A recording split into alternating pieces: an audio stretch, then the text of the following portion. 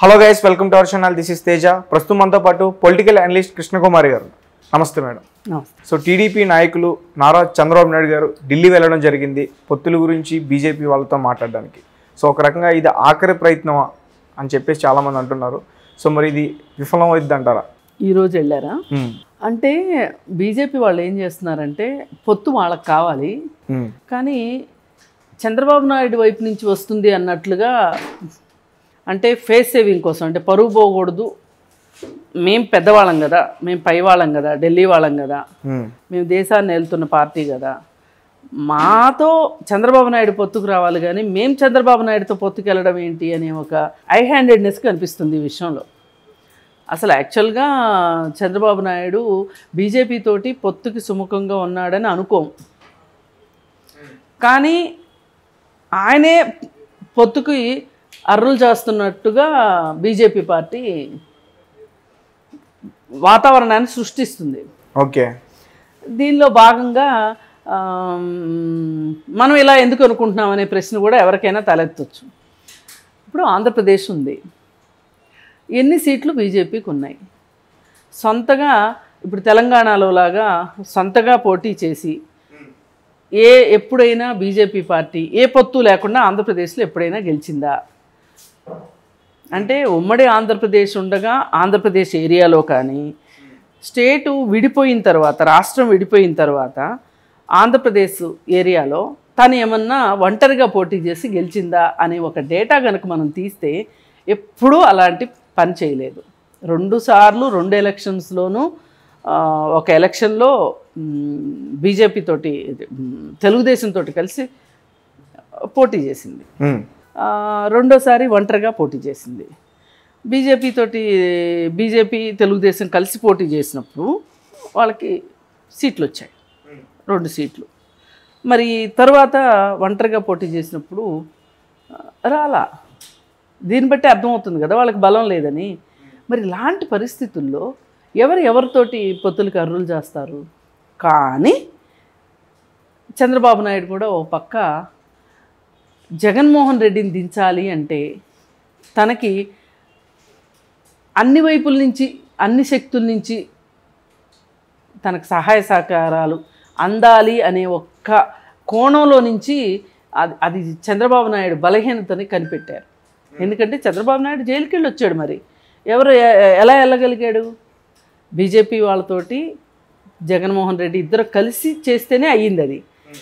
మరి ఇలా చేసిన వాళ్ళు రేపొద్దున ఎలక్షన్స్లో కూడా బీజేపీ తోటి పొత్తు పెట్టుకోకపోతే నన్ను నెగ్గనిస్తారా అనే ఒక భయం అయితే చంద్రబాబు నాయుడుకు ఉంది. ఒకవేళ మళ్ళీ వచ్చేసారి ఎన్నికల్లో గనక గెలవకపోతే అసలు తనది కానీ తన పార్టీది కానీ భవిష్యత్తు ఎలా ఉండబోతుంది అని ఊహించుకుంటే ఎవరికైనా కొంచెం చెమటలు పట్టే పరిస్థితే. అంటే బీజేపీ ఒక రాజకీయ పార్టీలాగా ఉండుంటే, ఈ నక్కచిత్తుల వేషాలు లేకపోయి ఉన్నట్లయితే అది వేరే ఉండేది పరిస్థితి. మరి బీజేపీ అలా వ్యవహరించట్లేదు కదా. ఓడినా గెలిచినా తనదే పైచేయి అన్నట్లు ఉండాలి అన్నట్లుగా వ్యవహారాలు కొనసాగించేటప్పుడు మరి ఎవరికైనా ఒక విధమైన భయం అయితే ఉంటుంది కదా. ఆ భయాన్ని కలిగించి పొత్తుకు సిద్ధం చేస్తున్నారు బీజేపీ వాళ్ళు. అది వాళ్ళ మాయోపాయం. మరి ఈ మాయోపాయంలో ఒక రకంగా సంధి కుదుర్చుకున్నట్లే. నిన్నటిదాకా ఎడమొహం పెడమొహం లాగా ఉండి పోయిన ఎలక్షన్స్లో మరి చాలా మాట్లాడుకుని అన్నీ చేసిన తర్వాత పైగా చంద్రబాబు నాయుడు ఉద్దేశం ఏంటి అంటే, నేను అన్ని తిట్టాను కాబట్టే నన్ను ఓడించారు, లేకపోతే నేను ఓడిపోవాల్సింది కాదు అనే ఒక బలమైన నమ్మకం చంద్రబాబు నాయుడుకు ఉంది. ఆ నమ్మకంతో మళ్ళీ బీజేపీ పార్టీ అలాంటి పనులే చేయదని గ్యారంటీ ఏంటి అనే ఒక ఉద్దేశం ఉంది. అందుకోసం ఏమైనా సరే చావో రేవో ఈసారి గెలవాలి, ఏది ఏమైనా సరే 600 హరిహరాదులు అడ్డొచ్చినా సరే తను గెలవాలి అని దృఢ నిశ్చయంతో చంద్రబాబు నాయుడు ఉన్నాడు. అదే స్టైల్లో జగన్మోహన్ రెడ్డి కూడా ఉన్నాడు. ఓడిపోతే అసలు నా పరిస్థితి ఏంటి? రేపు పొద్దున మనం ఎన్నోసార్లు మాట్లాడుకున్నాం, ఆయన అంటూ ఓడిపోయాడు అంటే బెయిల్ రద్దు అవుతుందా, జైలుకి వెళ్తాడా? దాదాపు 18 కేసులు ఉన్నాయి. 18 కేసులు ఉన్నాయి. ఒకవేళ విదేశాలకు పారిపోవాల్సి వస్తుందా? ఏం జరుగుతుంది? దేశంలో ఉంటే జైలుకి వెళ్ళాలి, జైలు నుంచి తప్పించుకోవాలంటే విదేశానికి వెళ్ళాలి. ఇప్పుడు విజయ్ మాల్యా లాంటి వాళ్ళని ఆహ్వానిస్తారు, లండన్ వాళ్ళు ఇలాంటి వాళ్ళని బాగానే హక్కును చేర్చుకుంటారు, ఎందుకంటే వీళ్ళు పౌండ్లు ఇస్తారు కాబట్టి వెళ్ళి ఉండొచ్చు. కానీ ప్రవాస జీవితమేగా. ఇన్ని డైనమిక్స్ మధ్యలో జగన్మోహన్ రెడ్డి కూడా గెలవడానికి ఎంతటికైనా తెగించేలాగా ఉన్నాడు. గెలవనేమో అనే ఒక అనుమానం వచ్చినప్పుడు ఏం చేస్తున్నాడు? చెల్లడ్డు వచ్చినా, తల్లడ్డు వచ్చినా, ఎవరడ్డు వచ్చినా ఎక్కడా అసలు తొడకట్లేదు, వెనకట్లేదు. వాళ్ళందరూ ఏమైపోయినా పర్వాలేదు, వాళ్ళందరూ కట్టుకుని వచ్చినా ఏం పర్వాలేదు, నేను ధైర్యంగా ఉన్నాను, ధీమాగా ఉన్నాను అనే ఒక సంకేతాలని ప్రజలకు ఇస్తున్నాడు. అంటే ఆయన నేను చాలా స్ట్రాంగ్గా ఉన్నాను అనే ఇమేజ్ని క్రియేట్ చేసుకుంటున్నాడు. ఆ క్రియేషన్లో భాగంగానే అందరూ ఒకటైపోయారు. ఆఖరికి నా కుటుంబాన్ని కూడా చీల్చారు. నా కుటుంబంలో నుంచి మనుషుల్ని బయటికి రప్పించి వాళ్ళతోటి కూడా ప్రయోగాలు చంద్రబాబు నాయుడే చేయిస్తున్నాడు. ఇది ఒక వ్యూహం ప్రకారం జరుగుతుంది, నా మీద దాడిది అని ప్రజలకు చెప్తున్నాడు.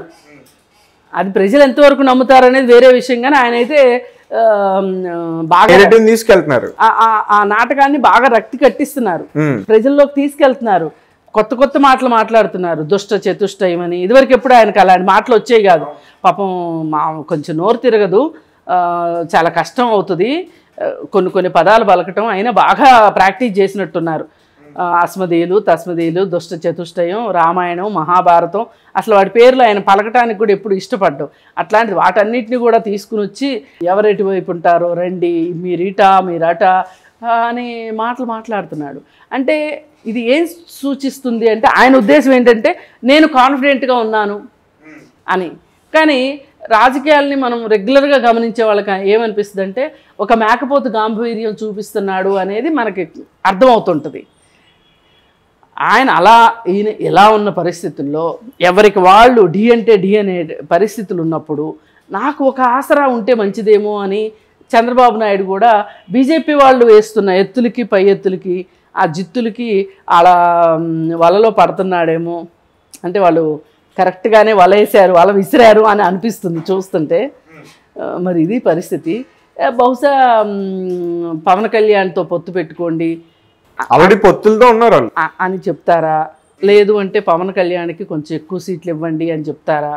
పవన్ కళ్యాణ్ పార్టీలోకి బీజేపీ నాయకుల్ని రంగప్రవేశం చేపించి వాళ్ళకి సీట్లు ఇప్పించేలాగా చేసుకుంటారా? అధికార పొత్తా అనధికార పొత్తా తెలీదు. అంటే ఏదో ఒక ప్లానింగ్ అయితే జరుగుతుంది అక్కడ. మిషన్ ఎలక్షన్స్ అయితే జరుగుతున్నాయి, మిషన్ పొత్తులు జరుగుతున్నాయి ఢిల్లీలో, అందుకే వెళ్ళాడని అనుకోవచ్చు. ఏది ఏమైనప్పటికీ రాజకీయ పార్టీల ఒక లక్ష్యం ఏముంటుందంటే ఎన్నికలు, గెలుపు అయితేనే వీళ్ళకి ఉనికి ఉంటుంది. ఎన్ని సంవత్సరాలు పదవి లేకుండా ఉనికిలో ఉంటారు వీళ్ళు? విధానంలో చూసుకుంటే గనక బీజేపీ ఈయన కావాలనుకునేటట్లుగా డ్రైవ్ చేస్తుంది కాబట్టి ఏం జరుగుతుందో చూడాలి. Okay madam, thank you so much. Thank you.